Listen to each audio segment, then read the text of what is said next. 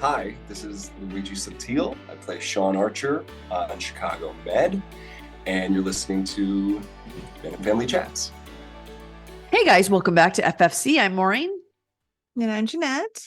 And we are back with another NBC night. Finally, whenever they take on their breaks, it feels like it's months. Even it could be a week, but it feels like months. It's because it's too long. I hate it. Yes. It's like I need to see them on my screen every week, or it is too long. That's exactly so when I resort back to like old episodes just to keep. Our summers are going to be rough. I'm just going to rewatch something. That's what I'm going to do. This is the first time since I started watching it that I'm actually fully caught up on all the shows. Mm-hmm. So now when it ends at the season, it's going to be brutal. I don't have anything else. When it ended last time, I just finished binge watching all 9 of the PD seasons, and then I just went into fire. Yeah. And then in September, after they all started, I was in the middle of a binge of Med. So for a solid year, I've done nothing but binge watch Chicago shows. I know I don't know what I'm going to do with myself. Just start over on PD. That's what I've done. I made it up to like season 3 again. So like periodically, I'm just watching. Yeah. Well, we're going to start with Med today. Like usual, we're going to go the same route that NBC does. And we are going to start off with Jeanette's favorite. His patient this week was a very emotional one. And I thought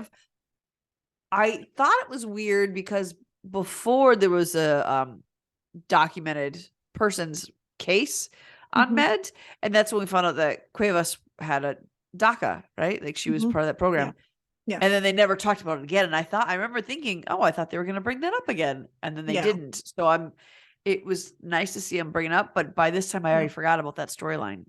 I had to until Sharon brought it back up. And I was like, oh yeah, I forgot about that.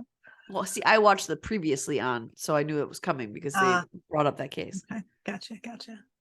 No, I mean, this one was a crazy, like, it was so sad though. I mean, those parents, like, I mean, for one, you're bringing your child in and obviously they're panicked.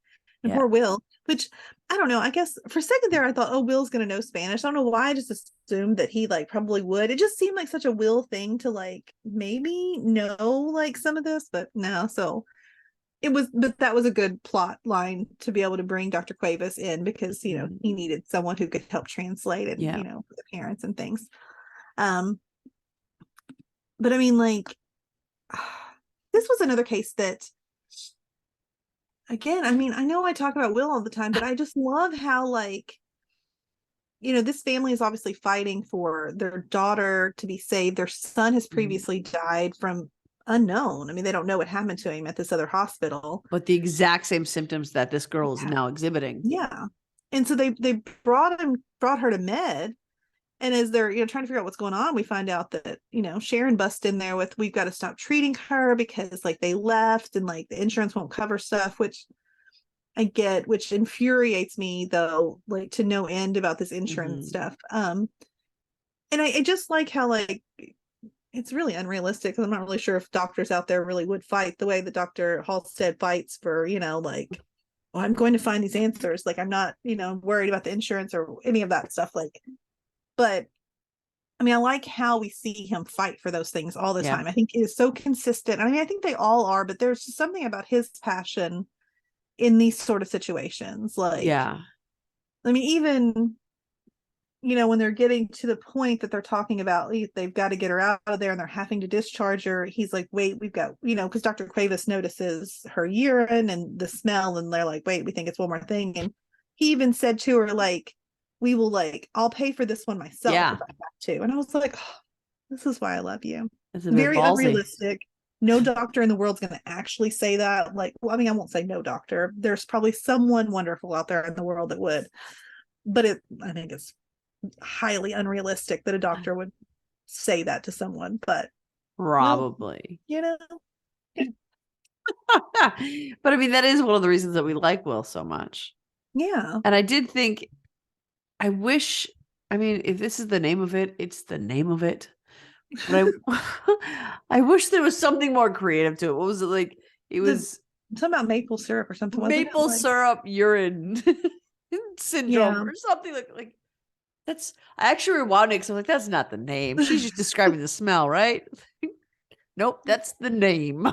I mean, I guess you just call it what it is, I don't know. The other thing that's interesting is that that's not even her area. Medical is, I mean, yeah, she was Right. trained, but she's psychiatry. Mhm. And yet she is aware of this incredibly rare disease that manifests physically. And that was the part that I was like, I think it would have been Yeah. better if Will found that instead of Yeah. her. Like, yeah, maybe saying, because it felt to me like she figured out what it was.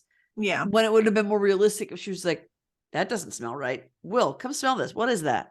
That would Yeah. have made more sense to me. But it was when she smelled it, she's like, Will, come here. I It got was- this. Yeah. But it was, I don't know.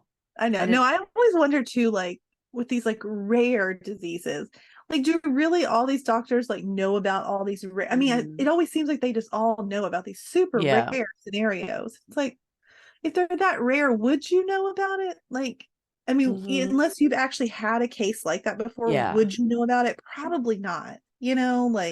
Like, I feel like Dr. Song would, because she's constantly running things through her Mhm. program. And maybe that's why Will would know what it is, because he's been working alongside her and she's constantly pulling up Yeah. all these things it could be. And so there's these Yeah.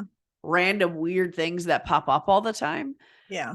But it's Or you less might, realistic that a normal doctor would, even more unrealistic that a psychiatrist would. yeah. Or you might know about some of them because, at some point in your, career, you've ran into these from Yeah. time to time, but like, I feel like all the doctors always know about all of the rare situations. It's like, that's probably unrealistic. Listen, you're not all Conrad Hawkins, okay? Exactly. Well, apparently they all are at med too. So Just Will. right. See, if the residence ending, there we go. Dr. Hawkins just moved to Chicago, get you a job there, take Devin with you. Oh, that would be fun. Wouldn't that be nice? Yeah, no. I could get behind that. I think Will and Conrad would hate each other though, and then I would Oh, I have don't a even real care. dilemma on my hands. I would like Will. I would like Conrad enough for the both of us on med. I'd have to stick with Will. I think Dean and him would bash heads at first. Oh, for sure, right? That would be so fun to watch. Would love it. So good. So good. But in the end, we do. It is nice to shed light on that, because at first I thought this was going to be. I thought they were going to go, they're undocumented. We can't. They're not insured, so we can't. And I hate those storylines. Not just because, I mean, there's a lot of reasons I don't like it, but hospitals are supposed to be able to treat people no matter what. There's signage all over. And so it makes me sad to see people who are genuinely in need who won't get served because they aren't legal. Medical care should be universal. It shouldn't matter where you're from.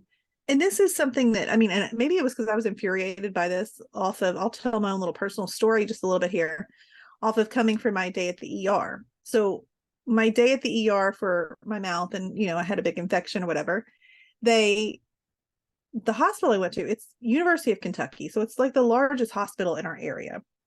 The ER, fine. My medical insurance covered, absolutely, like, no big deal. From there, I saw an oral surgeon that works for UK.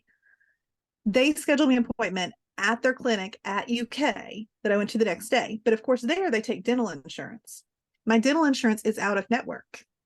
So I got there. I had to spend almost $2,000 out of pocket that day to pay for that procedure. And I mean, I did it because I have it, but like, what if I didn't? Like, this was obviously the person that saw me was obviously concerned enough about the infection in my mouth that it needed to be drained like right away. So like, what if I couldn't have paid that? Like, what would you have done? So like, those are situations that just irritate me. Like, Yeah. Like it was the same case in this person. They're like, we can't afford this. We don't have this to like pay for this right now. So I don't know. It just, insurance makes me angry. Yeah, all around. that's exactly it. And I know like a lot of us here in the US will bemoan, like, why can't we have it like Europe? And then you hear Europeans say, yeah, but the doctors aren't as good over here. So I mean, there's plus and minuses to each system. Sure. I think that there should be a system set up though, where people who cannot afford it, like I was in the ER for 5 hours on last Wednesday, and our hospital came in and said, can you pay this? This is what you owe for this visit. I'm like, nope, can't do that. I'm like, okay. So they're going to call you, just reference this. And that's what but I think it should be universally like that.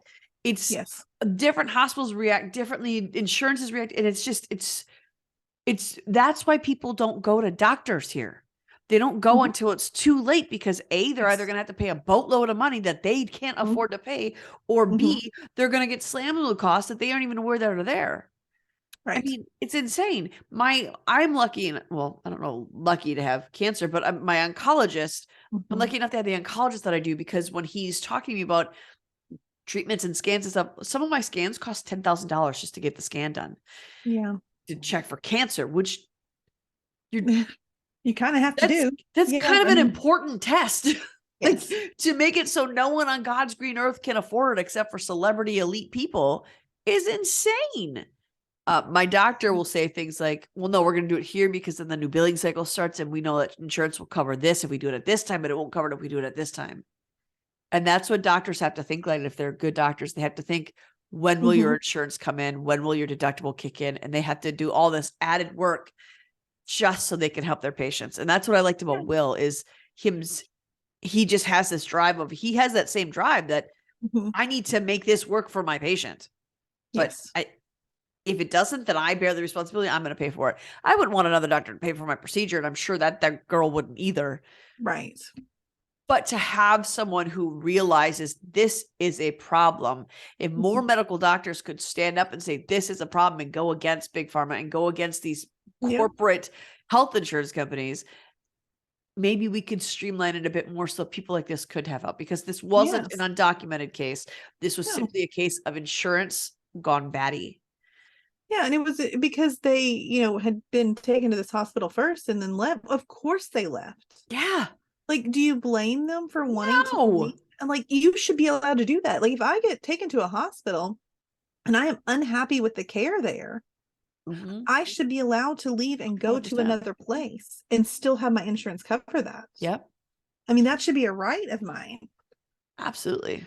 especially when it's insurance. I mean, like, I pay for my insurance. That's what So I was like, just gonna I should say. have these choices. Like, it's not like, I don't know if it'd be any different if like it was a government owned like insurance. Like, maybe I could see where that could be a little different, but like, I pay for this. This Yeah. comes out of my paycheck. So like, And it's I not get to cheap. choose things. No, it's crazy expensive actually. So I mean, half my paycheck goes for insurance for me and my kids. I mean, it's a Mhm. lot. Yes. So I don't know. And I like, they didn't overtly make it about that, but I like that Will had the right response to it, and they also balanced it with the DACA storyline. Yes. I did appreciate that. And I like the background that we got into Cuevas. How sad was that? Can you imagine? No, I and can't imagine doing that. I mean, that's another, I don't know, soapbox that I'm not gonna get on, but like, it hurts me that like someone has to experience that. Like, for 10 years, you haven't Oh, hugged your parents because so you're so long. afraid that if you were to leave, you can't get back to your job and your life. Like, that's Mhm. just, it's not right. And it upsets me. I got nervous though, because I was like, no, like, That's I right. thought she was gonna leave. And I was like, no, I really like her actually. Can Mhm. we not take her? So I'm glad that this storyline went the other direction, that it made her Yes. realize that she wants to stay because she feels like she can make a difference here, and that it's just, it's Mhm. worth like sticking around to do that. Yeah. And even the way she put it, Mhm. how did she, because the way she put it just made me like instantly sad as a parent, where Mhm. she said, my parents put me on this boat. Like, Yes.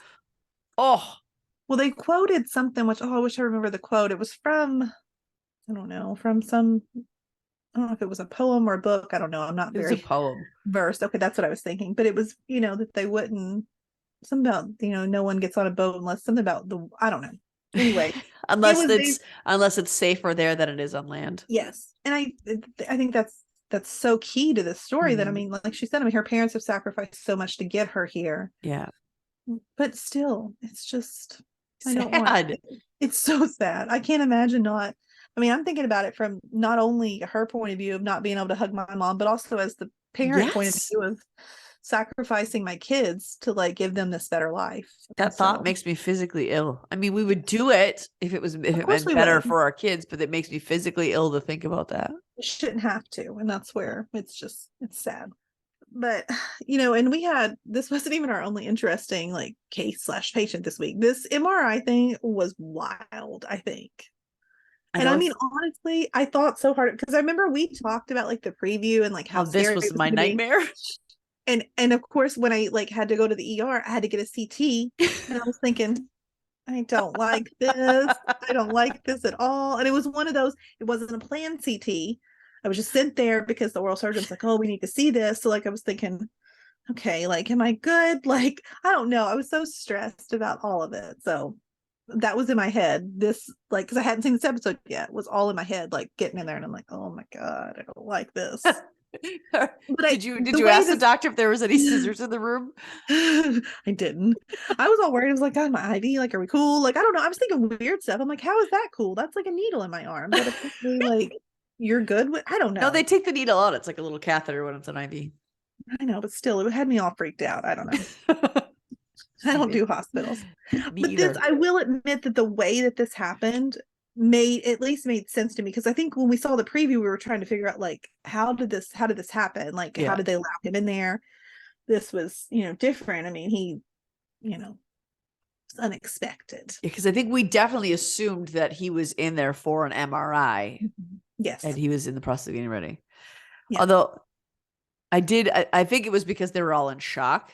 But when he opened that door, I would have expected more people to go like, no, no, no. But like he just like went in there, and they were all just kind of standing there for a second, like, oh. Yeah. I'm not sure that he would have listened. Like, even if they had screamed no. I mean, the man was clearly he wouldn't have. out of his mind. So I don't think it would have mattered. I mean, I had weird vibes about him from the moment he came in. There was just something off about like everything. Even when he was like trying to leave, like when she was like going into labor, and I was thinking, no, sir, like you can't leave. Like, she's having her baby right now. I got real nervous because it was nothing on Med is easy. Nothing in the Dick Wolf world is ever easy in any capacity. Never. So when Hannah was like, oh no, I've done this 1,000 times, you're okay. And he was like, you're right. I thought that was way too easy. Something real bad is coming down this pike. And then I got stressed when she hands him the scissors and she just cut the umbilical cord. And I'm like, that's awful close, that baby. And I can tell there's something that's all I could think. I thought he was gonna kill the baby, or like miss the umbilical cord and pass out, or stab him in the stomach or something. I thought something horrible was gonna happen. That I don't know, because I didn't realize he was the MRI guy, like from the preview, I guess. You know what I'm saying? Like, I forgot that MRI was coming. Yeah, I did too. I was too stressed about the baby. I didn't think they would hurt the baby, because I was like, okay, Dick Wolf's done a lot of things, but I don't think he'll do this. He's done a lot of things to children. I was a little scared about Hannah, I guess, is where, like, because I thought she would try, like, I don't know. I thought Hannah was going to get hurt, if I'm being honest. But no, it was him. He hurt himself by going in that room. And I mean, my goodness, like scissors, like the neck. I mean, this was just. Even the hard thing too was that, wasn't his necklace like up this way attached to the MRI machine? So it was pulling on his necklace. Probably. And then he also had scissors right there. So he had two things coming against his neck. Yes. Which probably wasn't helping that. Crushed by the bed too. Yes. Like, yeah. I mean, it was crazy. I do have to say that those bumps in the back of his neck grossed me right out. I did not like that. I did not. Oh, that made me like nauseous. Yeah, I didn't know. I was like, what is that? But kudos to Dr. Charles, though, who he saw him, and he's like, I'm just going to pretend that everything's totally normal. I don't see anything. This is totally fine. And I don't remember who asked him that about like what he thinks. He's like, well, really just trying to keep him calm. Yeah. We're not running diagnostic things right now. We just don't want this guy to freak out. Yeah. Right now we're just chilling. Like, we're not really worried about what caused this. We're just trying to fix it at the moment. So, and the way it's filmed, because Matt is first, followed by Fire, it made Fire flow in really nicely. The things we saw in Fire, which we're obviously going to talk about later, because Joe came in there and he kept saying, my men, you go do this, you do this. And he was clearly the leader of that right then, taking charge. Yeah. And that was, I was cutting wedding invitations while it was on. So I wasn't watching it, but I was listening to all that. So I didn't really see them like hook up the cribbing, but I heard him say what he was going to do. Mm-hmm. And that was just, it seemed like a really, really creative solution that works. Yeah. And even with I thought it was the 3D printing. I didn't realize that they would have a station like that, but it makes sense that they would have that set up in a hospital. Yes. I did like Dr. Song and Archer together, because Archer is obviously, he does not like all this technological advancement stuff. Yeah. And when he walked in there, her only response is, don't break anything. Right. The reason I laughed so hard is because I flashed back to when he got mad at the OR 2.0 and shoved it aside and broke it. Yeah. Yeah. That's top of Dr. Song's mind is he's going to go ape in here because he's angry at technology. Yes. But they both work together. I do really like Dr. Song, and I like seeing her. I think I do too. I like seeing what she gives to the show, the other side of things, where she's looking at everything because we're so used to our doctors looking at everything empathetically and passionately and emotionally, and she's very analytical. And I think there has to be that balance. So I like what she brings to the show there. I agree with that. And I mean, I liked that. I mean, I thought the 3D printer was really like creative, and like I think everybody there was like, good idea. Like, let's do that then. How did he secured it with plastic clamps? Is that how he secured the scissors? Yeah. Okay. Yeah. Which I was like, that was another scene. Like this whole storyline was like just nerve-wracking, I think. Like watching him, I mean, we know that he's having issues, because all day Hannah's been chasing him around with his water bottle. Yeah. Which I thought was funny too. That like she's just like keeping up with, with it for him or whatever. But it was hard to reach, it looked like. I mean, I'm thinking my little short self, like I wouldn't be able to reach it. Like even if I had the abilities to do this, like it was hard for even Dean. You could see he was like straining to like get to where he needed to be, which I feel like it's kind of dangerous in like what you're trying to do. Yeah. But I mean, he pulled it off and I was really proud of him, but then, he almost passed out afterwards. So that was stressful. And I think, I don't know, I just really have a bad feeling about his kidneys, if I'm being honest. I think that Sean is going to have an opportunity to save his dad. I do too. I just hope. What stresses me out, Maureen, is that I hope that it goes well. Yeah, that's true. There hasn't been a death on Med in a while. I don't know that Med, other than the crazy doctor Ava, I don't know if we've ever had like a main like someone who like really close to the cast. I guess Dr. Charles's wife. Robin's mom. But other than that, have we had any deaths really?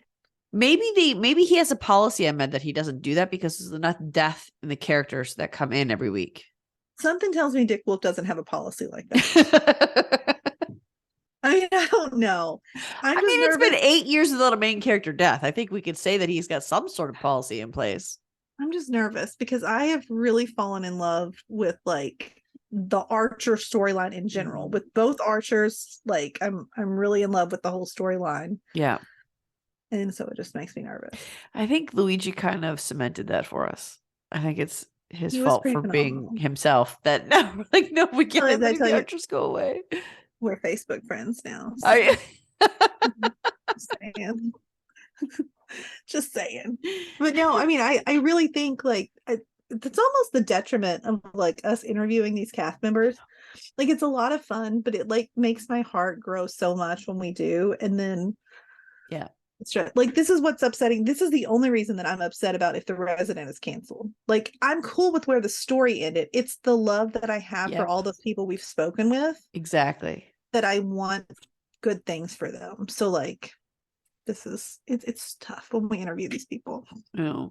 Even with like OBX, like I was genuinely angry that Shoop was not in it enough because we interviewed Cullen Moss. And I was like, what? Yeah. Where is his dominance in this show? No, I agree. And that's what happens. And so I really hope they don't take Luigi from us. Well, I think here's my idea is that there has been a lot of setting up Dean in ways that his loss would be really, really hard to fill, because you think of who's in the ER right now, they would have to hire on someone new to fill his spot, because I don't think anyone else there is built up enough to do the job that Dean does. I don't think Dean's going anywhere. Oh, you think no, they would not kill Sean. Well, now I'm scared. That wasn't even entered in my head before. I don't like it, but wouldn't it make for a good story? I mean, if we're being honest, like as far as the drama goes. No. Do not give him ideas. He doesn't need them. He already knows creative ways to kill people. He doesn't need our input. I'm just saying. I will say that that's what stresses me. The reason I was feeling pretty confident about it, because I was a part of an operation like this before, and I was the donor, and it was fine. Well, yeah, like there wasn't even an issue, and there was an issue in the person I donated to. So, like in my head, that's where it goes: is okay, maybe Dean won't let. I thought that's where you go with it. Is maybe Dean won't let Sean give it to him, and Dean's gonna have some. I didn't even think about the donor being sick or cut off. Because that could definitely happen. Like, I mean, It's not as common. It's fairly rare for that to be a situation, but rare things happen on Chicago Med all the time. Exactly. That's what Dang I'm it, saying. Jeanette. I'm just saying. Now I'm I just don't gonna be want it to stressed happen. out about this for weeks. I mean, I feel like, and especially where we've got like, I mean, it would bring Hannah, and it would give a time for Hannah and Dean to become closer because he would I need to don't lean want on them some- closer. I don't either, but I'm just saying, I'm afraid that's where we're going. I would rather Sean and her get closer. Well, I would too. But What? I'm just saying, I guess we're gonna have to wait and watch for that to we'll happen see. because he does say that they want dialysis. And I think we're going towards a transplant at yes, some point.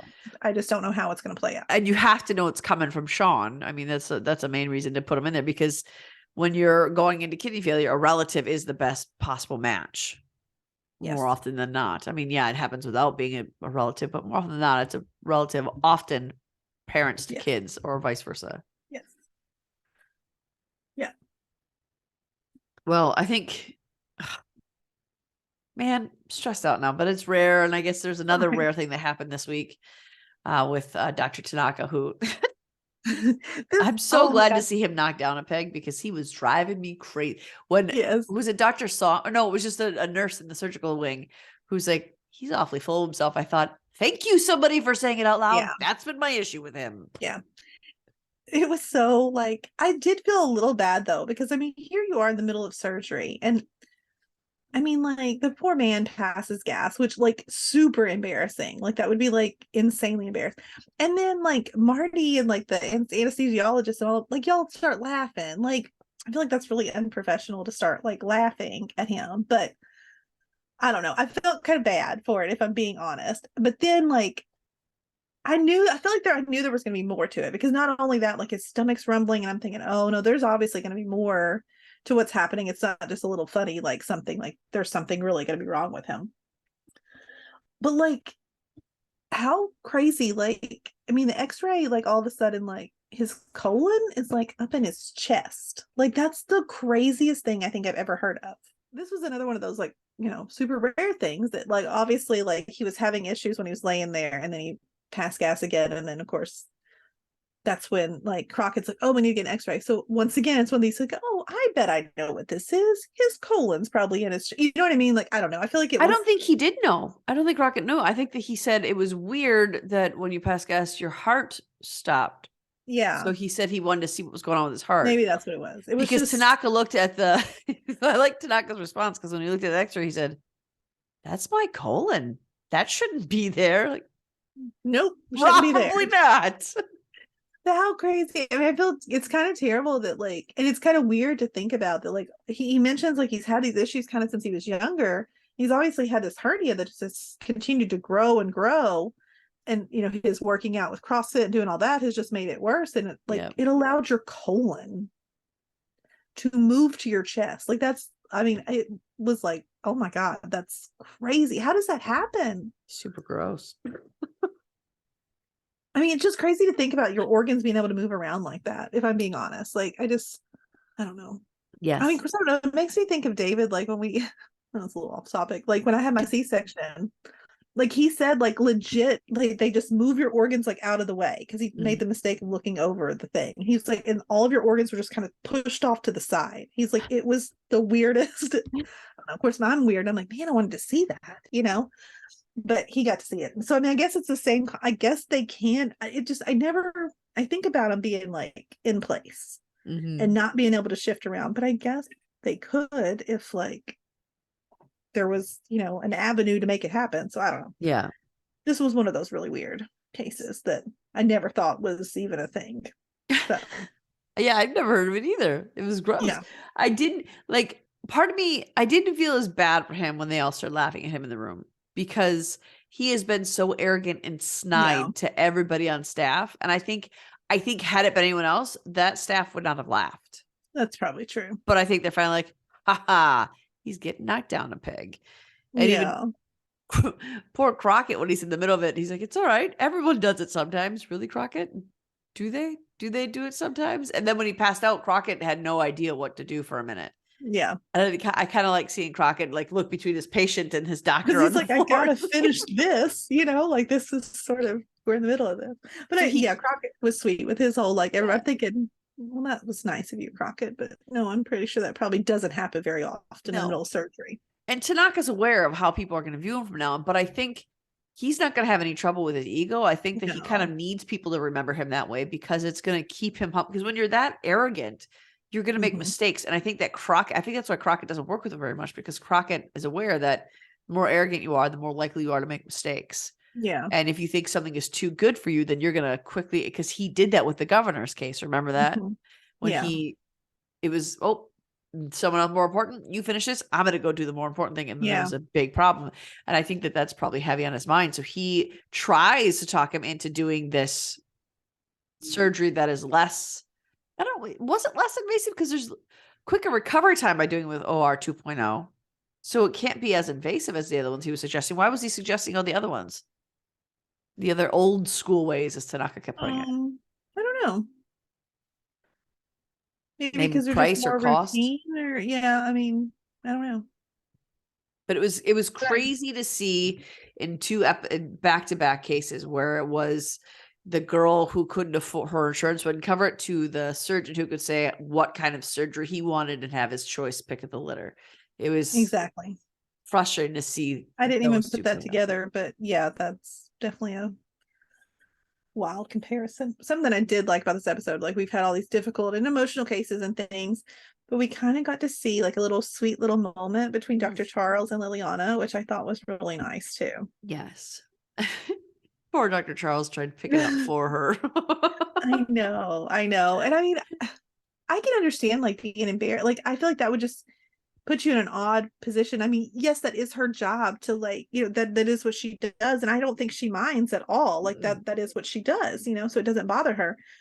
But I could see where I would be embarrassed, like I've made an extra mess like for you to clean up. So I feel like I would want to, it's like the whole, like, this is why I can't have like a cleaning lady or a maid come to my house, because I would feel the need to clean for them, which would defeat the whole purpose of why they're coming there. Yes. So, but I think a lot of people probably feel that way. There's even that my house is never as clean as it is until 5 minutes before people come to my house. Even though the people coming there, their house looks the exact same as yours does right now. You can't have, it's a whole different ballgame. And even like my friends that I have that idea with, that, I have to clean before you come over. We joke with each other about how messy and destroyed our houses are. And then I have to like hyper clean. Exactly. So it's the same sort of mentality. And I think for him, it was also because he made that extra mess. And because I think sometimes he forgets that's her job there. Like, he doesn't forget she doesn't work at the hospital, but he forgets, oh wait, she has to clean up after me too. And I think that's because they're together. I think that's just something that he doesn't dwell on. So he forgets, sort of like that's the thing. And she's also, like she said, she doesn't usually go this late. So she's not usually in there cleaning. And he's probably never thought about that prior to this, or never thought about anyone else that cleans up for you all at any other time during the hospital. It's just, that's on and I mean, I don't know. I thought it was cute though. Like, just their, the way they expressed how they care about each other. Like, I was like, this is nice. I like this. I really, really like Liliana, and I really, really like her and Charles together. Yeah. And I like that Charles will, we don't expect anything less of Dr. Charles. But when she says something's important to her, or when she says she needs him to change what he's doing around her, like, he does it because he recognizes her voice. And I like, that's such a healthy version of a relationship. And that's not often that we get to see that on our drama shows. Yeah. It's I agree. Chaotic and stressful, and no one's admitting to things that's going on. So it's just nice to see a healthy relationship come out. Yeah. I like it a lot too. And next week we get to see Sam again. Yes. I always love, because we don't see him very often, and I was happy. But I love to see Sam. Like, we don't see him nearly as often anymore. I feel like in earlier seasons we saw him a lot. So the whole like getting to see him, and I love him and Crockett are doing a surgery together, which their styles are so different that I feel like Yes. it's always going to lead to good scenes and good, confrontation and stuff. Although during this. Crockett is different now.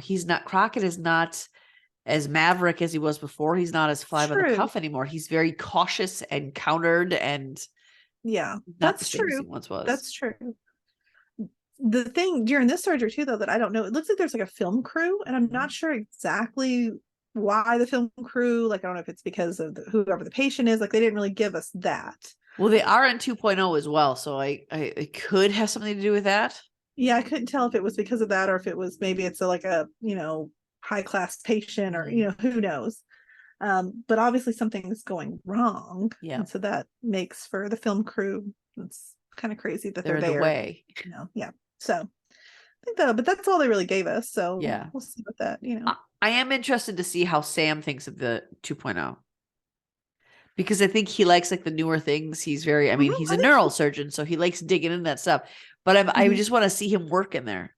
Yeah, I think so. I think he would be one that would be on board with it as long as it's not affecting, like as soon as 2.0 would question Sam and his exactly ability, yep, that's where it would be a problem, I think. Because neurosurgeons are probably some of the most arrogant from what I've seen on TV. I mean, I don't know any actual neurosurgeons in real life, but typically on these shows the neurosurgeons are the ones that are very cocky and arrogant. I think it's fairly similar. I've heard that report, which I think probably the surgeries they do are probably harder. The most, I mean, yeah. So you're allowed to be arrogant, I think.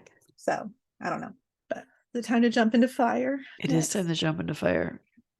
And you have a new favorite character on Fire, I hear. I do. I finally have a thought, because I like, okay, so Fire has been my one Chicago show that like I've liked people and I've had crushes, because I mean we know I like my TV boyfriends. Hawkins was probably the closest to having one, but I think they took him right about the time I was really like getting there. But after this week, I think like Carver is officially, I want to call him my fire boyfriend. I absolutely adored him this week. Absolutely adored him. I don't know. Just like the whole thing. I mean, we knew that this was going to be like a crazy call anyways. We saw that from the previews a couple weeks ago, at this apartment. They get there and I mean, this little boy's been shot in the head, which is nuts. Yeah. This is not how I thought it was going to go out. I thought it was going to be gang members who were getting shot. I didn't know it was going to be this way. Yeah. And I mean, Mom is even acting weird, not wanting to sort of explain what's going on. And I mean, it is gang members, but it's, this obviously this kid's just caught in the crossfire here of this because he happens to live next door. And I get nervous because I feel like every time something crazy happens on Fire, it's not even about Carver this time, it's about Gallo. Gallo is always around when like something stressful. I guess Carver is too, it seems, when something dangerous and stressful is going down. So like when like they're in that room and we see, Mouse sees those other gang members go in, I'm thinking, can y'all be careful? Because like now they're coming up there and like, I don't know. I got real nervous of them trying to like, protect the boy and all of that stuff. Was it Gallo or Stella who looked at the guys who were coming up to shoot and was like, hey, stop. You don't want to go up there. And then they still stood out there and were shooting. Was that Gallo or Stella who tried to run them off? I think it was Stella, because then Gallo was already in there, and that's what Stella had to like radio to him and Carver to say, get down or whatever. But good job on Stella, because I feel like that was really innovative, like what she did with like the fire extinguisher, and like, I mean, she saved the day. I mean, like that's the only way they got out of there. Was by getting those guys out. So, I mean, that was brave.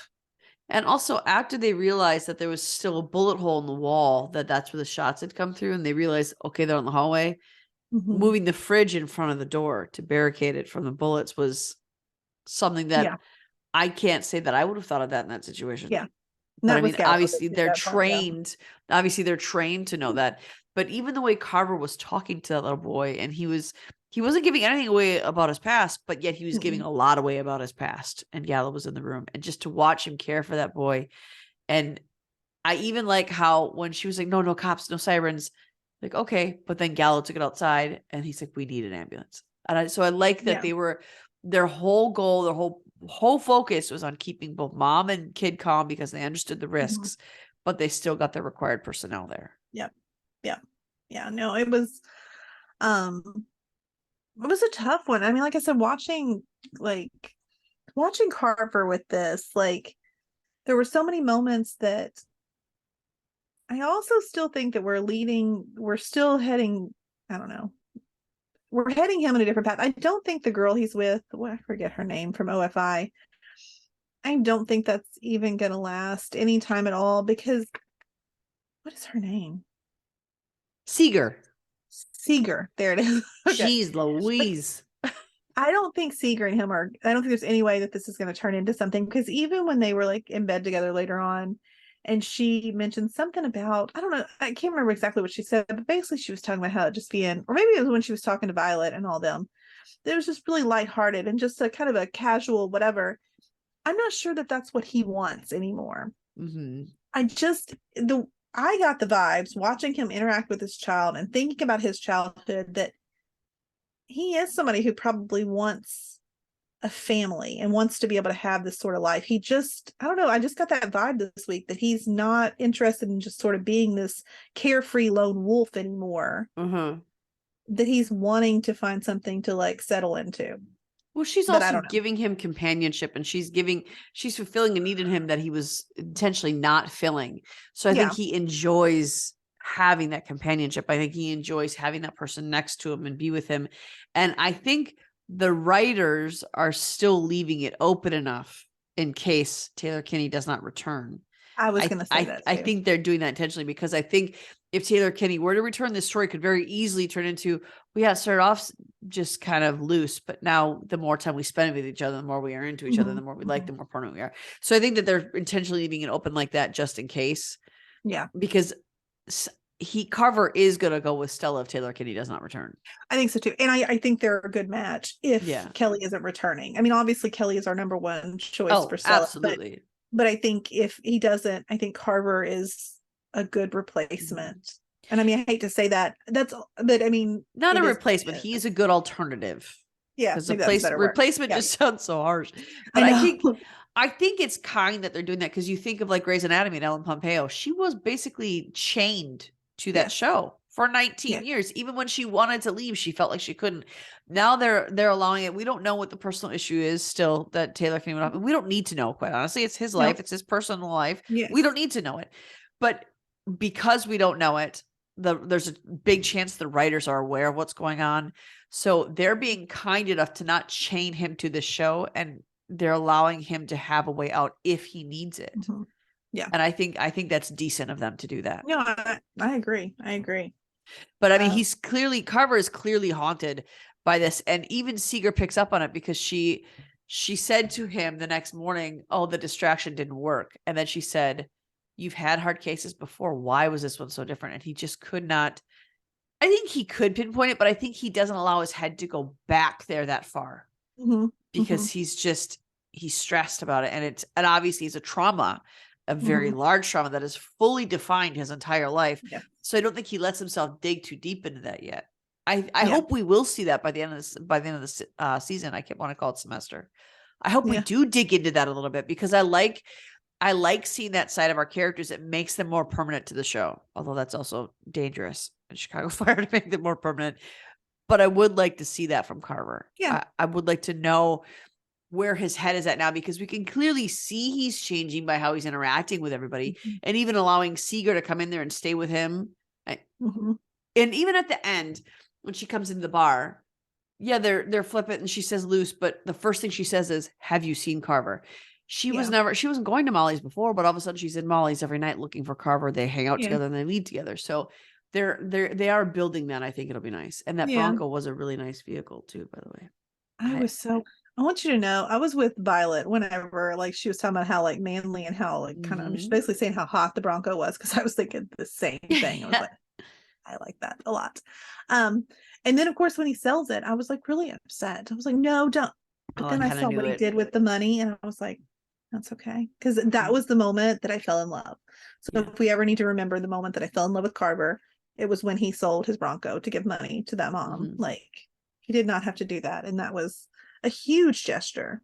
And the other thing too that I thought was very particular to Carver in a good way to that Mhm. scene is she said, "My son's in the bath. I'll get him out. He'd love to see you." And he was like, "No, no, no.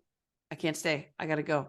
So he didn't even want the kid to know. He didn't even want to make a big show of it, a big deal of it. Nope. He simply saw a kid who Mhm. had what I started to like him more was when he was impassioned about it. I don't even remember who he was talking to, but he was like, kids shouldn't have to be afraid like that. And he Yeah. was angry, and that's all he was concerned about was this little boy who had to I mean, imagine if they stayed there. This kid was shot in the Yeah. head once. By the way, how I And we can't were going to figure see out those I can't neighbors. figure out the tract of that bullet. Like, you can't I don't if know. it goes That in was here, how did it end up like here without damaging anything? I can't figure out the path it lucky. took. Just like they said, I mean, pure luck. And that's all it was, is just Carver saw a kid who was in pain. And if you protect kids like that, Mhm. I'm cool with you. Like Yeah. we're on the same level. And I love that. Yeah. No, I totally agree. Going back, talking a little bit more about Kelly, I think they are leaving it open-ended, and I think we're seeing like the effects of all of this too, and seeing, I mean, I don't know what the long-term effects will be, but both Joe and Stella are both like they're feeling his absence really hard this week, Yeah. and like going through a whole lot of things with it. And it did answer our question, which I'm glad they finally addressed, because it just felt weird last week that they didn't even address that how Joe is the leader now. That Mhm. Biden that Bowden specifically requested Joe to be Mhm. the lead on squad. I still don't think it makes sense that he doesn't have to go through lieutenant training, because it's Yeah. clear that even if it's not required, if he's just a fill-in, because his lieutenant's on furlough, I can get that as a temporary replacement. Maybe they do with what they had to do. And Yeah. Bowden did say, for morale, we don't want to go outside to lead these men. Yeah. But it's clear that he could benefit from the training, because his paperwork keeps getting returned to him, which is Mhm. stressing him out more, which is keeping him awake at night, which is going to make it so he cannot perform this job. And Yeah. I don't want to get to the storyline where Joe has to be like, I can't do this. I can't. It's too hard. I'm too weak. Because Yeah. it's exactly what Stella said to Bowden. If Yeah. you make him feel like he can't do it, then he's never going to try again. Yeah. Yeah. I mean, it would have made more sense to me that, like you said, if it was a temporary something, but like that there was like they mentioned something about him having to go through some extra training. Why Yeah. couldn't it have been that he had to go through the lieutenant training as a part of wanting to Yeah. take this on? Obviously that wouldn't happen immediately, but that he would be in the Mhm. process of it. That would make Yeah. more sense, I think. And Absolutely. I think maybe that's where we're headed. I mean, I think I hope it's a so. logical choice for Joe to go to be the next one to do that. So Mhm. I don't know. We'll see. Especially if there's like, because even what if Taylor Kinney says, okay, I'm ready to come back, but I can't come back full time. Yeah. Then we'll need another one to step up. And I mean, we know why Tony can't be on as much of the show, which, by the Mhm. way, I loved Tony this episode. Me too. We got so much, and it wasn't like silly. It's like, you will never convince me that Cap is anything short of amazing, because he's so hilarious in every scene he's Oh, ever yeah. in. Yeah. But Tony is usually like goofy alongside him. We got so much meat with Tony this week. Mhm. He And was that was so, angry. yeah, I Yeah. liked that. I did too. I want did more too. of that.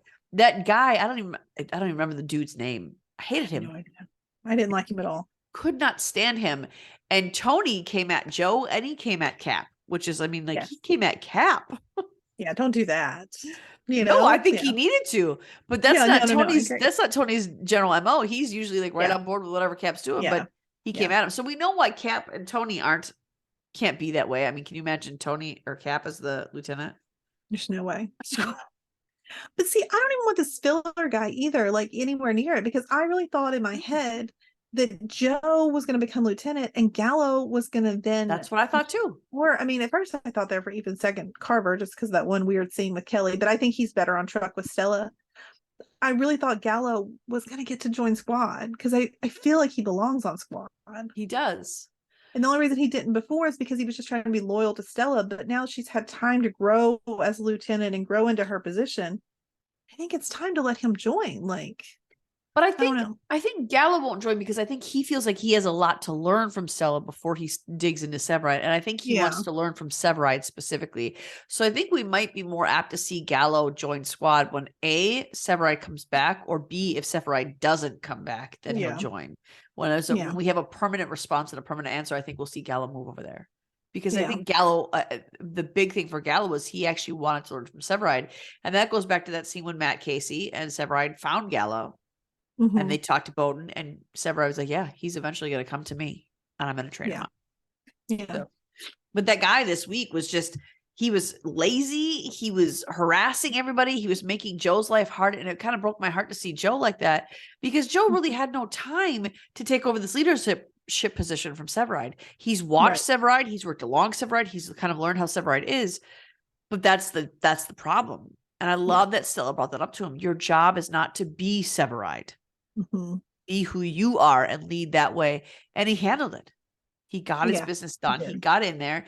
And I do like that they both had that moment of, and I felt bad for Stella when she walked in there. She's like, oh, this is just habit, actually.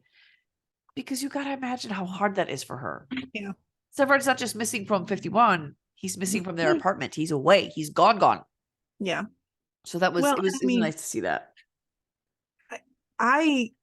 It was also, I think it also kind of, because we talked about how quick like Severide leaving and how that was kind of strange. And Yeah. I'm glad they sort of addressed that as well, Yep. with Stella sort of being concerned about that too. And again, I think that's just giving us meat for in case he decides not to return, Exactly. that there's some reasons to back that up. And if you notice, we also had scenes with like Brett just piping in when like she was talking about missing him and going to see him. And I mean, we've heard that, Matt Casey's coming back. Casey's coming back. I swear it gives me really hope for him and Brett. Just the way, like, not only we've talked about them, but like she kept piping in there, like with the, go see him. Like, because it's almost, I mean, she regrets so much of what happened with them that I'm hoping that that's sort of some foreshadowing that something is going to be resolved there too. I don't know. Mm-hmm. It just seems like there's a lot of Brettsy talk. Yes. And like scenes and stuff. And so. And I know that he wasn't confirmed to come back this episode, but because of the way Brett was talking, I kept waiting for Matt Casey to show up at the end. Me too. Like I thought the end scene was going to be him knocking on a door, and there he is. Yeah, because I haven't heard much details on his return and when it's happening, and maybe it's not going to happen until maybe season finale or who knows. Was he the truck lieutenant or was he engine lieutenant? He was truck. We didn't know an engine lieutenant prior to Herman. Okay. Like if there was one, I don't know. We never met them. So he was the truck lieutenant.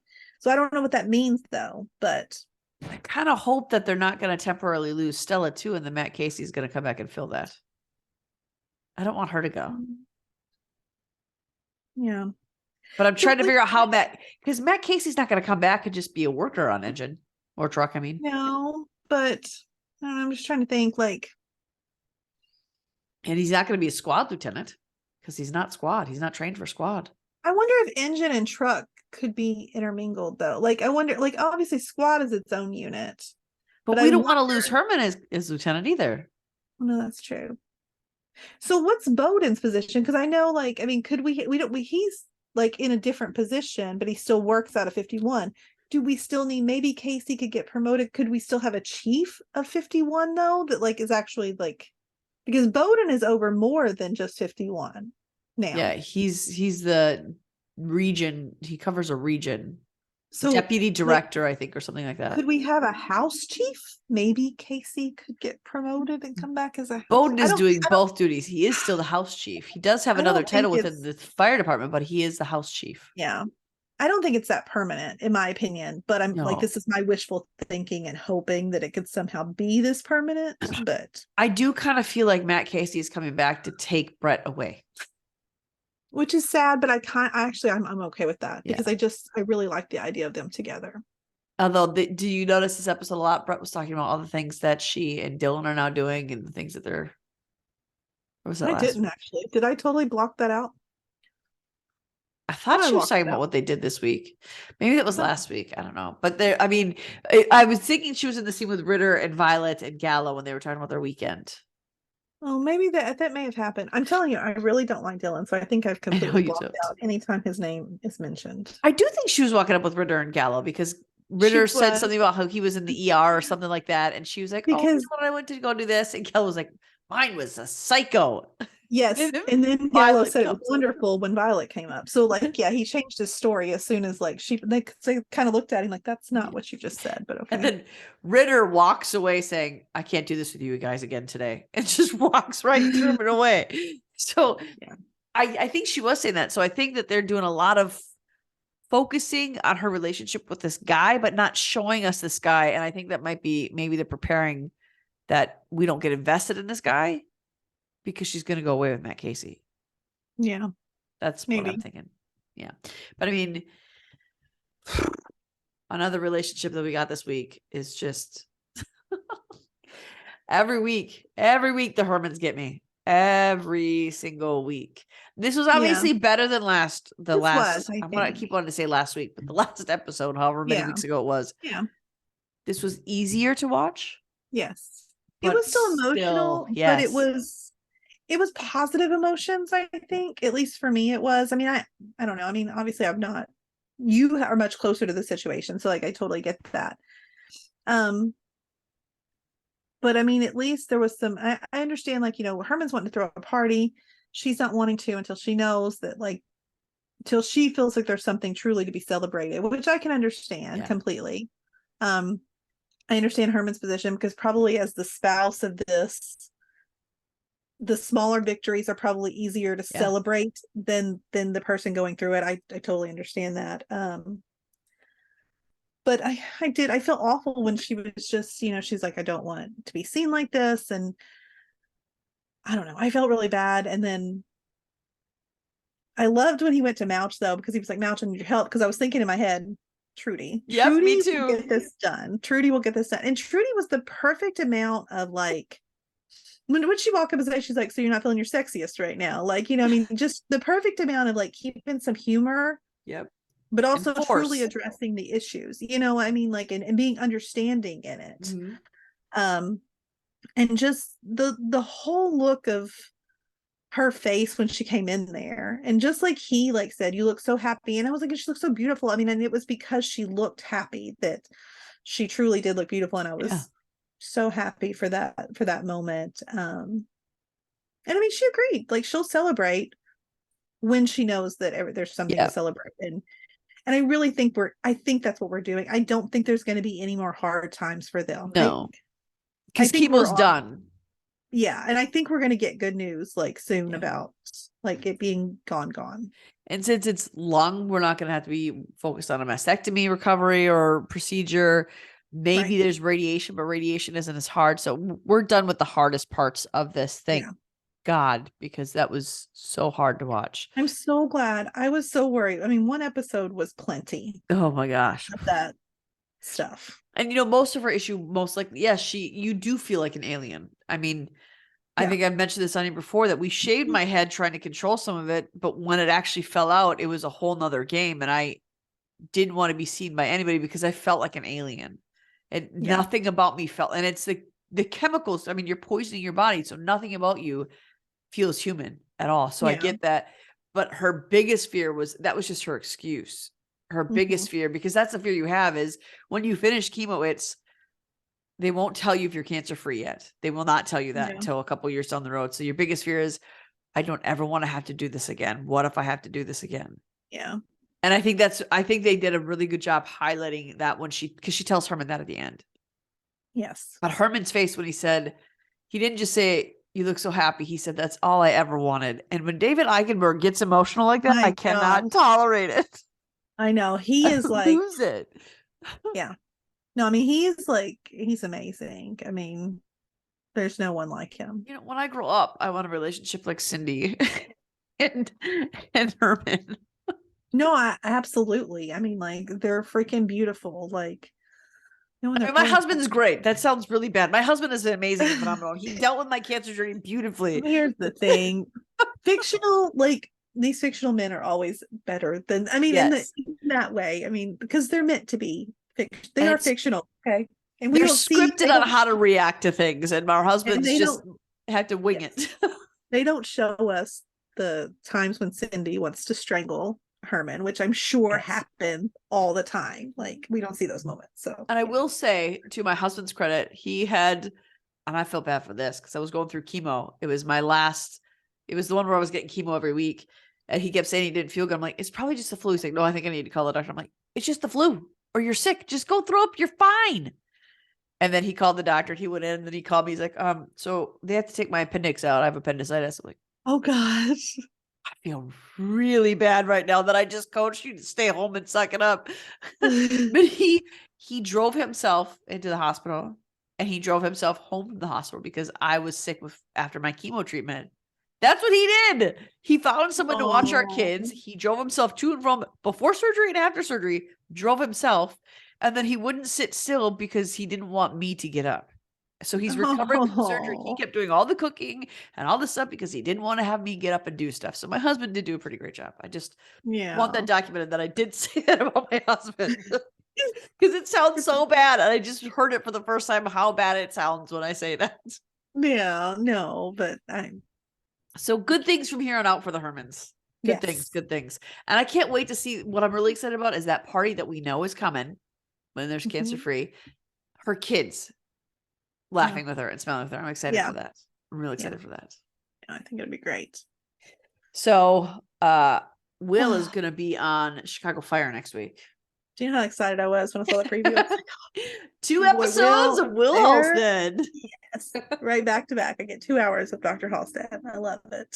I love it. I actually, when I saw this, I don't know why I was having deja vu from watching the episodes and the previews because I kept thinking this was the one that we had seen before with, it was when they were at Med. It was that whatever disease they thought might have been the plague or it was something else. I kept thinking that was the preview I was watching. So this is like the third time they've done something like this. They're treating several patients with similar symptoms. Yeah. And Will is worried about a breakout, but they aren't telling us what kind of breakout it is yet. Yeah. I mean, honestly, I was like, this had like infection episode written all over it. And I was like, oh man, like, why couldn't we have had like some big, huge crossover event like that? But I know they don't do those anymore. The last infection episode, it was that was our last big crossover, right? Yeah. There was a lot of Adam Ruzek in that episode. I remember that was the first time during my because obviously we're binge watching after they've all happened. That was my first episode of PD that I had to go watch, but it was because of Will, because at the end of because that's back when Fire used to come on first or something. So the Fire episode was first and then Med, and Will got knocked on the head and was bleeding out everywhere, and I was like, find me the PD episode because I'm gonna need to see the rest of this play out. So that was actually my first PD episode. So this is where I didn't even know Adam Ruzek at the time. Or I guess I'd already watched. No, yeah, I'd already watched PD. I don't know, but either way, I remember that was the only time together. That was the only time I actually had to watch the crossovers in unison or whatever. Yeah, that makes sense. That was after my PD binge. And I was watching Matt, and I remember texting the group chat of, oh, PD's here. Oh, there's Adam. I see him. We're okay. I got Adam on there now. I'm so excited to see my people on there. It's hard when you love those shows. So speaking of PD, we're going to dig into that. And this was Morales' trial. Now, Morales he was not from the last episode, but the episode before, right? Yeah. Yes. And I kind of wasn't the last episode. No, it wasn't the last episode. So the last episode was Ruzek Undercover. Oh, that's right. Yeah. I don't really like this method of episode, have something else happen and then go back to the other one. I don't either. It's probably a little bit more realistic in that, obviously the trial doesn't happen directly after, but it's a little confusing for my head that I kind of wish we would just finish up a storyline all together and then move on. But I mean, this was still a really good episode. I think it was very Hank centered, which is nice. I mean, we haven't had one of those in a long time. We have not. And I mean, it opened up. He's testifying in this Morales case, obviously. And I loved how, after he gets done with his testimony, he's sitting down and he notices that one juror is just acting really strange. And I mean, I noticed it too. Like I said, I'm like, what is going on? But I couldn't figure out what was happening. And so I love that Hank is that observant and like figured out like something's not right here. And so he had to get Haley involved to check it out, because obviously he can't, because that's, he's in the middle of doing all this, so he can't be involved with it. But I still was having a hard time. Like, I don't know if I did not see any of this, of what was going on, like coming. Like, I didn't think, somehow I thought like the juror would be working for Morales, or I don't know. I had something else in my head. Not that we were going to find that like his people's like kidnapped his wife. Like, this is like some crazy, like, I'm like, I never want to be on like a murder trial or something. Like, are you going to come after my family? Like, this was like freaking me out to think about. I kind of thought that Morales was holding something up, but I thought it was more like blackmail. I didn't think it was like kidnapping. Yeah. But I did think that he was an innocent man who was roped into doing this, because that's kind of Morales's MO. Yeah. But I did not expect a huge turn that was there. And even when Hank was like, I can't be seen with them, but then Hank went up to the door, and while Haley hid alongside, like, guess you're gonna be seen with them anyway. Well, I guess once that like Haley noticed that the glass and there had actually been like probably like a crime committed there, maybe at that point it was okay for Hank to like, oh, gotcha.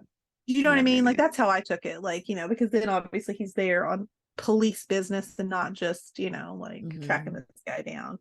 I mean, the amount of blood that was there, though. Holy, I know head wounds bleed a lot, but I mean, that was a lot of blood. Yeah. I mean, I don't know. The whole thing had me stressed out, because I'm like, and what did Morales want? Like, obviously he wasn't going to be able to convince people you were not guilty. Like, buddy, you're guilty. Like, no, but if there's not a consensus, it can be deemed a mistrial because you couldn't come to a consensus. And then they start over. But then you just have to do it again. So like, I don't know.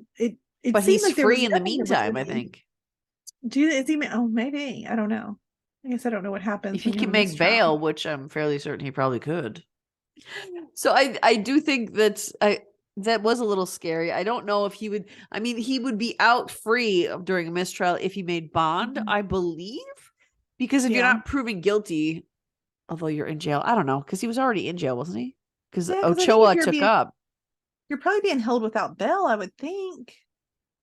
Because you're probably a flight risk. I don't know. I'm just throwing out terms that I hear on my like shows here. Like, I don't actually know any of this information, but it just seemed kind of crazy. Like, I'm like, it's not like you're going to get off. Like, eventually you're going to be found guilty because there's like lots of evidence. Yes. And even that guy said, he's like, I don't know how long I can keep voting not guilty. We all know he's guilty. Yeah, it's like, obvious. Like, I get her desire to keep everything in line, keep everything on the books, keep everything above board. I get that desire, especially since I feel like she's trying to fill Jay's shoes a little bit. Mm-hmm. But this is something that it should have been understood Hank cannot do. It's not that he's being a bad cop. It's not that he's trying to keep things off the books. It's that he doesn't have another choice in this. I think he probably should have looped in the ASA. Yeah. But she would have been, he's right though. She would have been duty bound to tell the judge, and then it would have been thrown out. And the same issue that they were trying to avoid would take over. Yeah. I think he was in a really bad place where no answer was the right answer here. Exactly. As far as this goes. But I feel like he was punished for that. That's not his fault. No, I agree. I did like, obviously Dante goes undercover again to go in there, right? Yes. I love the scene when they have Ochoa in the cage and Dante walks by and he goes, "Sup?" Yes. I was so excited for the cage to be back. I mean, I've been missing the cage, even though it was very tame this time. That's fine. I'm still back. Like, I mean, I miss those days of like old school, just beat the crap out of him. Yeah, actually I do. Hank or Al. It was always those two that were in there, like just messing people up, and I miss it. Maybe that's why it's not back, because Hank just goes down there to remember Al. It was really just those two. Although sometimes Antonio would get like a little rough. Only if it was a case that was personal to him. Otherwise, Antonio did not like the cage. Adam went in there a time or two, didn't he? Maybe even Jay did, because Jay would sometimes too. Like, we never got to see any of the girls. I guess, I don't know. I'm trying to think. Aaron, maybe. No, we saw Kim go in there once. Did we? So it's just Haley. Haley's probably the only one that's too good to go. I think that's because when Haley came on, the cage started to go away. Yeah, true. Because Aaron was definitely on there a couple of times, but this guy, obviously he's not talking. Yeah. And that was another, like, Dick Wolf, you're just like, You take things that should be like normal things that you grieve and you twist them sometimes, Dick Wolf. Yeah. It's a weird thing you do, man. This was so weird. Like, I didn't know how to feel about, like, because obviously, like, we needed him to talk. Okay. And we had to get this done. But like, I felt so bad, like, when they get to like his house. Oh, it's that part. Was it his house or was it just a house It that was he a like, front. frequented? Okay. I think it might have been his brother's house that he uses because it was Okay. not connected to him.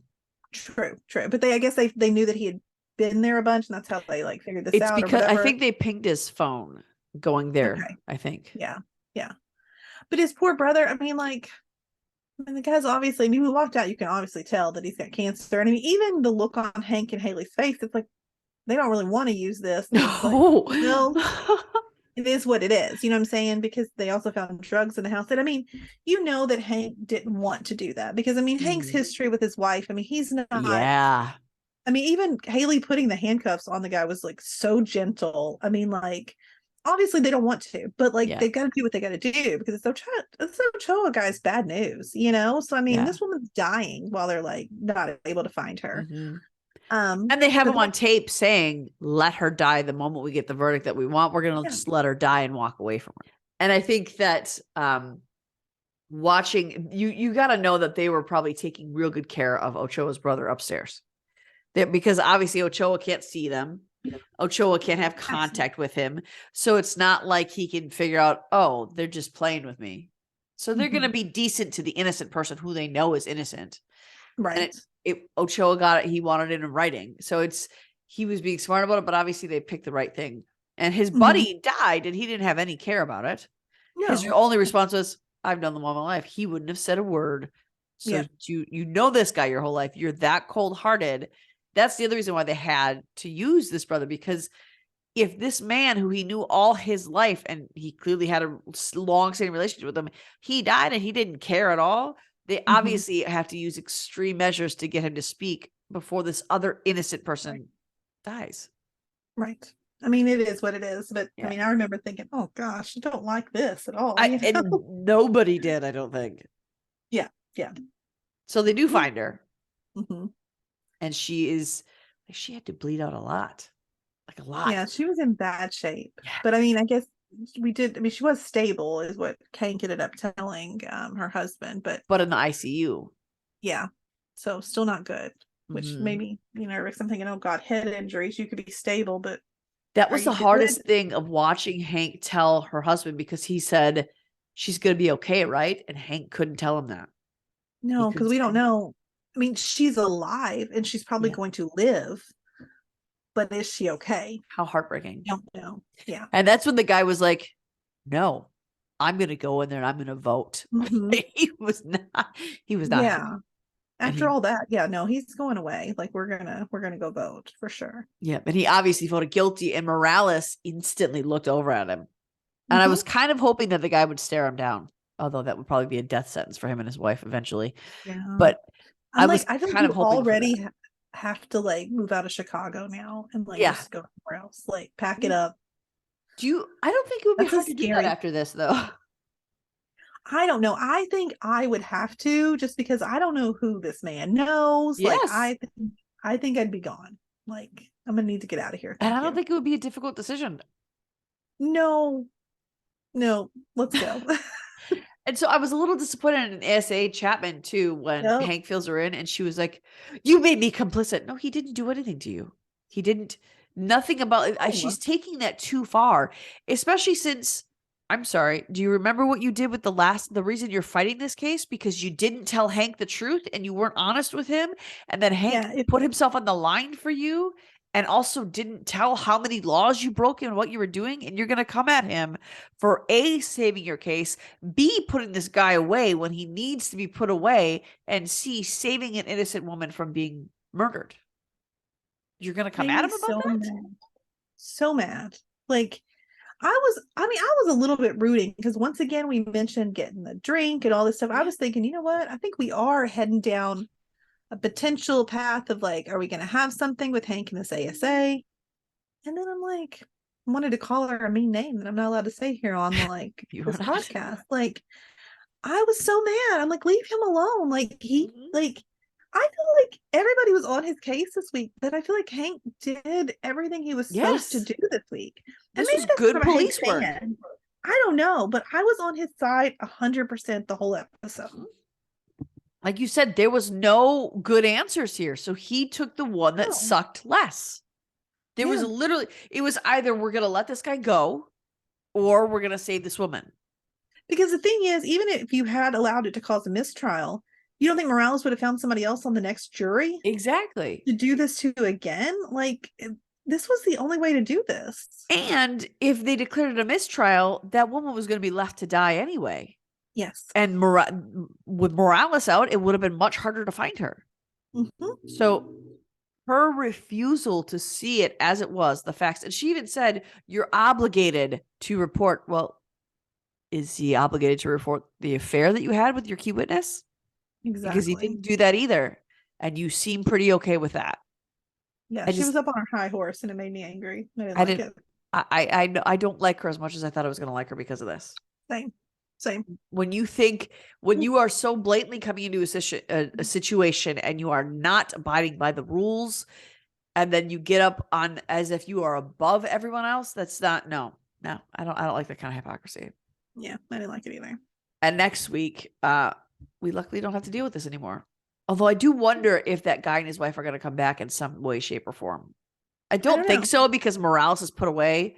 Yeah. But it's just so weird that we have ended something uncertain. I don't think we're going to see him again, though, but it would be weird. Now, next week, we're back to Kim and her shooting trauma. There was a lot of buzz on Twitter. Is this the episode that there was like buzz about? Yes. Because I wasn't sure. Okay. Because Jesse Lee Sofer, I think, is directing this one. I thought he did this one. Maybe. Pretty sure he directed this episode. It was this one? Okay. It was the Hank one? Oh, yeah, it was, because that's how I'm doing that. So this one, there was people, it's because of its rating, and it says sexual tension or sexual scenes, something like that. I didn't know this. It does. Yes, that's what I'm I'm gonna pull up what it says. I thought did that's what hear you would that. have I clung thought to. well, I don't know. Like I did hear, but I had nothing to base this on other than I just heard someone saying that there was supposed to be like a possible sex scene. And I'm like, yes, please. Okay, so it says sexual situations is in the warning for this. That's why it got the rating it did. Their age rating is 16 and up because sexual situations and violence. And then someone else said they want a Burzek steamy kiss, whatever. And then the person who posted it said there have been episodes with that rating because they had exotic dancers, but usually there's a casting call for them. Other episodes with that rating had kissing in bed, undressing each other, etc. So hopefully it's Burzek related. It means we're getting something. And apparently Marina is excited about this episode.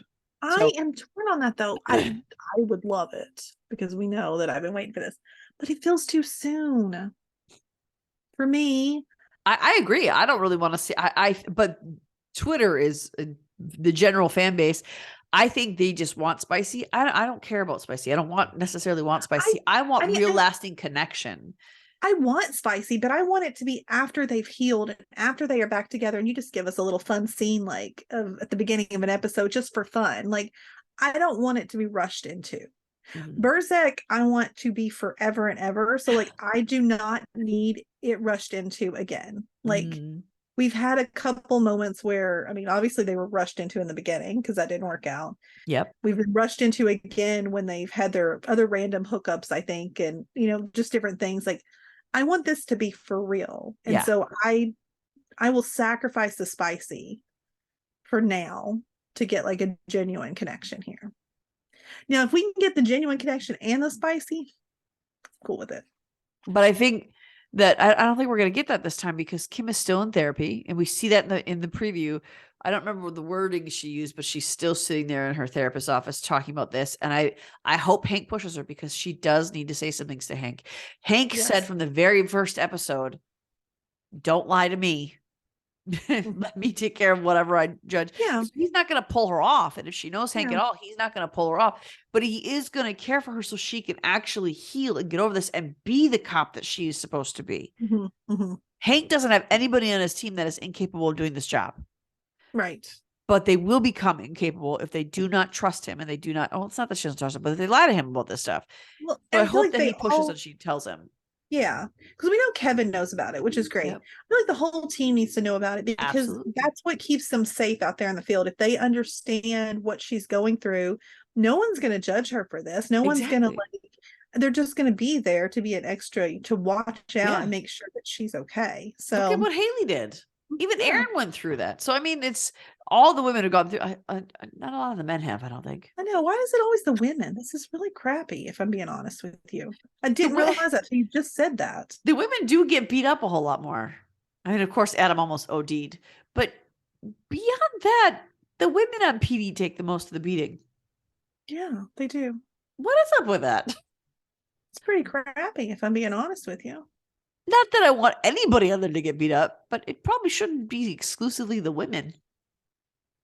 No, I mean, Although when's Hank, Kevin ever? I mean, has anything ever happened to Kevin? No. no, Not just that I want anything just with to, his but brother, where he had to get him out, but nothing physically harming him or anything like that. And I again, mean, we don't Jay want took some anyone to be beatings. I physically mean, harmed on there, but I think Jay took some beatings a couple times. I mean, that one guy that Aaron had to save him from, oh yeah. that he got kidnapped. So that was pretty bad. So I mean, Jay took a couple beatings. And Hank, Adam's taken some too. It's just Kevin. Like Kevin's gotten off easy here. Like he's taken no beatings at all. Kevin does the beatings. Right? No, not even that. He's never really No, he been an doesn't. altercation. He doesn't. He plays Anyway. smart. So that's next week. And we have some people are hoping for some Berzik scenes. Some people are hoping for a lot of things to happen. But I think that we need to remember that A, she's still in therapy, and B, it's only a 45-minute episode. So don't Yeah. get your hopes I too do. high for all the things that you want to have happen in this episode. Yeah, I think there is gonna be a breakthrough. I think there is gonna be some Berserk scenes. I am not anticipating any sort of like steamy scene. I hope not. I'm anticipating more of like a feelings scene of them like actually discussing. I would like, love that. That's what I want. I want scenes like that. more. I want that even more than I want a spicy scene. Mhm. Spicy scenes can come later, like after they're already established and back together. Like That's connection. That's what an actual relationship is about. A relationship is especially before you're like fully committed to each other in a marriage or something like that. The physical stuff can come and go, yeah, and it's not permanent. Well, but these lasting connections that you make are how you build that up. And I think they need to build a lot back up, especially since Roman was so easily able to get her out of the engagement with Adam in the first place. and we've seen, I mean, they've had their steamy scenes. They've hooked up. They've had these one night stands off and on throughout the relationship. That's not the problem. Like, obviously, they need to be talking about their feelings and discussing like what they truly mean to each other. I mean, they can hook up. Like they do that periodically. They haven't done it in a while, but they do that periodically anyway. So they may have. I mean, they are living under the same roof. I mean, it seems kind of crazy that you haven't had any hookups since then, but you know. But I think that just speaks to where they are mentally, that they understand that there's a lot of work to be done. Yeah. And I think it shows that they're willing to do it. And I like that. I prefer that to the other stuff. I just want them moving forward. This is all I'm hoping for. I am kind of sick of seeing them in the same spot week after week after week after week after week. Like I would like progress. Yeah, agreed. So that's coming next week. Of course, all of them are new next week. They will actually be back next week. They're not taking another break, I don't think, until the season ending. I hope not. So it should be back next week. We got the previews. It's coming back. Check out our group, One Chicago Family Fan Club. Our brackets are all done now, right? We finished them up. We have winners in all the groups. I think by the time this airs, it will be done, I think. So check I think us we out. only got like maybe 1 or 2 more rounds. Yeah. Check out who won our brackets for favorites.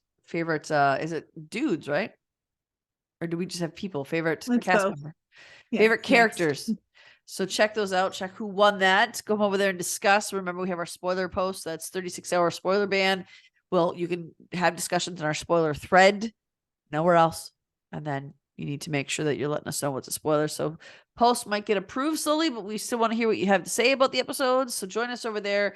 Do not forget to subscribe so we can get you more fun things. The more credible we are as a podcasting group, the more interviews we can get you. So just keep that in mind when you're looking at our channel and listening to us. And don't forget that Sundays is our Fox night, where we talk 911 OG and 911 Lone Star. Tuesdays, obviously, you're aware, is our Chicago night, our NBC night, where we talk about that. And tomorrow, you've got a Grey's Anatomy, our ABC night. It's Grey's Anatomy and Station 19 coming at you. And when this season is done, when all these seasons wrap up, we'll have something new for you on those weeks. So check those out, and we'll see you real soon. Bye, guys. Bye. Loving our content? Subscribe to our YouTube channel, and don't forget to share our podcast with your family and friends. We want to continue the conversation with you. You can find us on Instagram, Twitter, or TikTok under Fandom Family Chats, or one of our ever-growing Facebook groups by searching Family Fan Club. We've also launched a website, Family Fan Club 2021 at Wixsite.com. You can email us there and keep checking it for announcements and merch coming soon. And of course, be sure to tune in every week for new episodes discussing all your favorite shows.